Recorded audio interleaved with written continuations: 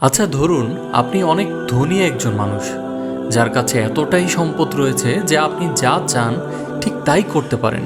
হঠাৎ একদিন আপনি জানতে পারেন আপনার শরীরে এমন একটি রোগ রয়েছে যা আপনার এই বিশাল সম্পদ দিয়েও নিরাময়যোগ্য নয়। শুধু তাই না, কেবল 7 মাস আপনি এই পৃথিবীতে বাঁচবেন। তখন আপনার কি করার থাকবে? হ্যাঁ, আজকে এমনই একটি সত্য ঘটনা বলতে চলেছি যা একজন মানুষের জীবন থেকে নেয়া। বিশ্ববিখ্যাত বিভিন্ন ব্র্যান্ডের দামি দামি পণ্য ব্যবহার করতেন তিনি যে ব্রেসলেটটি ব্যবহার করতেন তার মূল্য ছিল $60,000, যার বর্তমান বাজার মূল্য বাংলাদেশি টাকায় 70 লক্ষ টাকা। তার বাড়ির সামনে যে গাড়িটি পার্ক করে রাখতেন, শুধু একটি গাড়ির দাম ছিল $6 লক্ষ। মাত্র 21 বছর বয়সেই হয়েছিলেন মাল্টিমিলিয়নিয়ার, কিন্তু তার এই বিলাসবহুল জীবনের স্থায়িত্ব খুব বেশি দিন ছিল না। দুরারোগ্য ব্যাধি ক্যান্সারে আক্রান্ত হয়ে জীবনের ইতি টানতে হয়েছিল।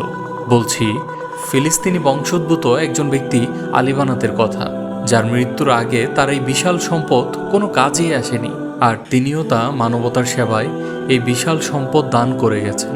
ফিলিস্তিনি বংশোদ্ভূত আলী বানাত 1982 সালে অস্ট্রেলিয়ার সিডনিতে জন্মগ্রহণ করেন এবং পড়ালেখা ও বেড়ে ওঠা সেখানেই। মাত্র 21 বছর বয়সে নিজের মেধা আর পরিশ্রম দিয়ে হয়ে ওঠেন একজন সফল উদ্যোক্তা। গড়ে তোলেন নিজের একটি সিকিউরিটি ও ইলেকট্রিক্যাল কোম্পানি। তার সেই বিশাল প্রতিষ্ঠিত কোম্পানি একসময় অনেক সফলতা অর্জন করে এবং তিনিও খুব অল্প সময়ের মধ্যেই একজন মিলিয়নিয়ার হয়ে যান। তবে খুব বেশি দিন স্থায়িত্ব হয়নি তার এই বিলাসবহুল জীবন। মাত্র 36 বছর বয়সেই দুনিয়ার মায়া ত্যাগ করে চলে যাওয়ার বিষয়টি যে কাউকে কাঁদাবে। একদিন চা খাওয়ার সময় হঠাৎ করে তার জিভ পুড়ে যায় এবং ফোসকা পড়ে। সে ভেবেছিল হয়তো এমনিই সেরে যাবে। ঔষধ খেয়ে কিছুদিন পরও যখন এটা ভালো হচ্ছিল না, তখন সে একজন ডাক্তারের শরণাপন্ন হয়।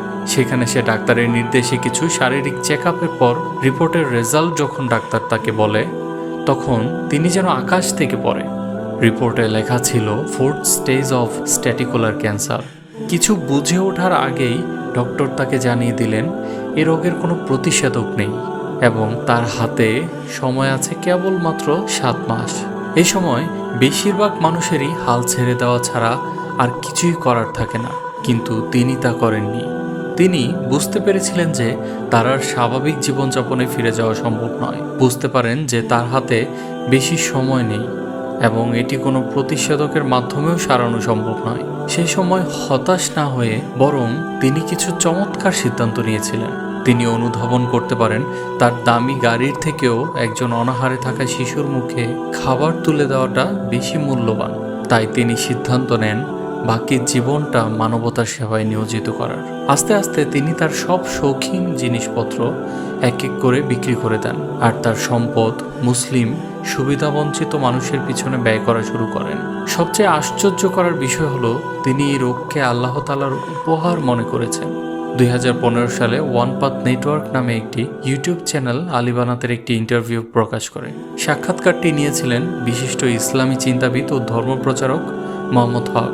তিনি আলী বানাতকে জিজ্ঞেসও করেছিলেন যে কেন তিনি মনে করেন আল্লাহ তাআলার এটি একটি উপহার। উত্তরে তিনি বলেছিলেন, ক্যান্সার আমাকে পরিবর্তিত হওয়ার সুযোগ দিয়েছে, আমার চোখ খুলে দিয়েছে। আল্লাহ তাআলা যদি এটা না করতো, হয়তো জীবনটাকে আমি এভাবে দেখতে পেতাম না, এমনকি হয়তো আরও ভুল পথে এগিয়ে যেতাম।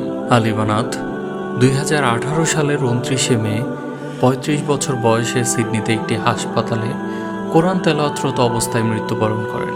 শেষ মুহূর্তে যখন কোরআন তেলাওয়াত করছিলেন, তখন তার মুখ দিয়ে রক্ত বের হচ্ছিল আর স্বজনদের চোখ দিয়ে বের হচ্ছিল অশ্রু। মৃত্যুর পূর্বে এক ভিডিও ক্লিপে সকলের উদ্দেশ্যে আলী বানাত বলেন, আপনারা মানুষের কল্যাণের জন্য কিছু করার জন্য একটি লক্ষ্য ঠিক করে নিন। নিজে যদি করতে না পারেন, অন্যকে সাহায্য করুন বা দান করুন, কারণ কাল হাসরের ময়দানে এসব দানই আপনার পক্ষে কথা বলবে। আমি যখন ক্যান্সারে আক্রান্ত হই, তখন বিছানায় শুয়ে শুয়ে একা একা কাঁদতাম আর আল্লাহর কাছে প্রার্থনা করতাম, মহান আল্লাহ তাআলা আমাকে এমন কিছু মানুষ এনে দিয়েছিল যাদেরকে নিয়ে আমি কখনো কল্পনাও করিনি, আর এখন তাদের ভালোবাসা নিয়ে এই দুনিয়া থেকে বিদায় নিচ্ছি।